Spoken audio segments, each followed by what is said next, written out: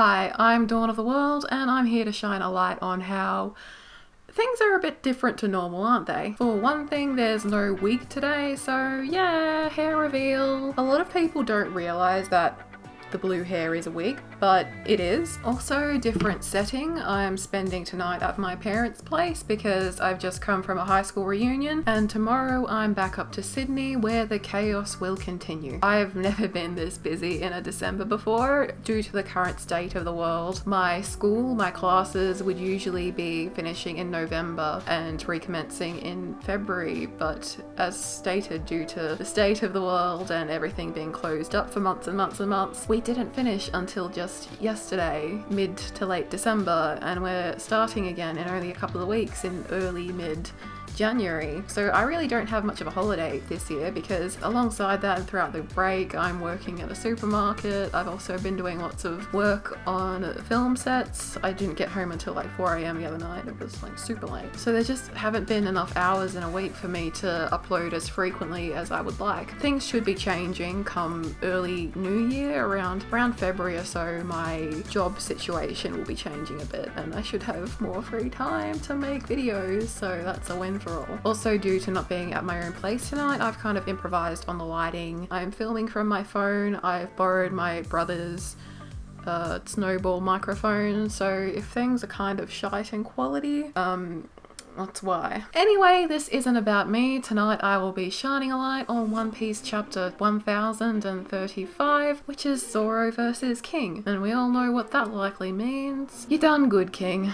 You done good. So it seems like we've entered our next cover page series, the series being focused on Germa. So I wonder if this is going to be centered on any one certain member of the Germa, or if it'll be kind of focusing on all of them, much like the CP9 cover story from years back. That's actually what I'm leaning towards, the group as a whole. Germa are obviously going to be playing a big role again later in the series, and this cover page series is just Oda's way of showing us how they're going to get from point A to point B without revealing that in the actual main part of the story, and just showing us how they got away from Big Mom and all that. So we'll be seeing that unfold week by week over the next year, and I can't wait to see it. Anyway, this chapter picks up where the last one left off, and Queen is gone. He is done. KO'd. Bye-byes. He's out of the fight officially, and Sanji has won by a fine margin. I don't think we've seen him this wasted after a fight before, and I feel like I have been saying that and will be saying that a lot during Onigashima. It makes me kind of wonder not so much about what's going to happen in order to defeat Kaido, but what's going to happen after Kaido is defeated. Like, what's going to happen after all is said and done? How are they going to escape the fully charged, fully energized marine forces that lie not so far away? As for Sanji, his skin might be harder than steel now, but on the inside he's the biggest softie, and I love that on him. I also love that Oda didn't take this as an opportunity to have Sanji mindlessly and insufferably gush over Osame, despite the fact that she is a very pretty girl, and instead he was reminded of a very sentimental memory, which was really sweet to see. But don't you worry, because I think the gushing is coming. To see, this is still Sanji we're talking about, and he's going to be surrounded by all of these pretty women. They're all going to be patching him up and fussing over him. He's going to think that he's died and gone to heaven. Good for him. Speaking of pretty people, let's get to Zoro and King. We get some of the mechanics behind King's Lunarian abilities. With the fire, he's a bit slower, but basically indestructible. And without the fire, he's incredibly quick,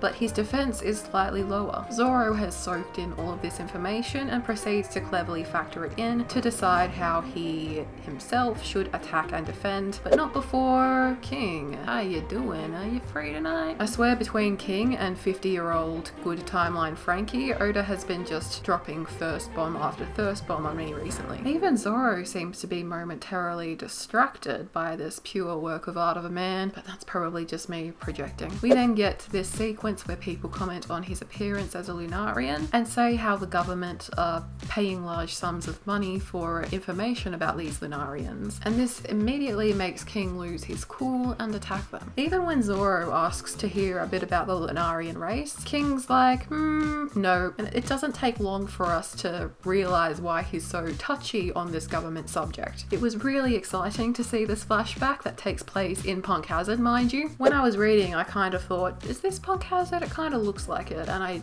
I didn't follow the line of thought up, but somebody on Twitter did, and it is indeed an older, slightly less geographically messed up punk hazard. Anyway, the world government, being the genocidal, exploitive, repressive power that they are, spent their time, unsurprisingly, experimenting on people such as Lunarians and Kaido apparently. I wonder exactly how long ago this all takes place. My estimate would be probably about 20 to 30 years ago, based on King and Kaido's current ages and how old they appear in the flashback, and the kind of things that were likely going on in the world at the time. We'll probably be seeing this Kaido again relatively soon, I reckon, as well as how and why he was there at this facility at this time when we finally get to his flashback, which I really hope we get in 2022. Kaido is a fascinating character, and I'm really excited to see events that happened to him and led him to become the person that he is now. Also in this flashback we see a really great example of the first meeting between a captain and a first mate, their immense mutual respect and belief in one another, as well as the loyalty that King has for his captain, and how Kaido essentially gave him his new name. Regardless of protagonist or antagonist, this kind of dynamic is always a delight to see. And regarding King's potential namesake,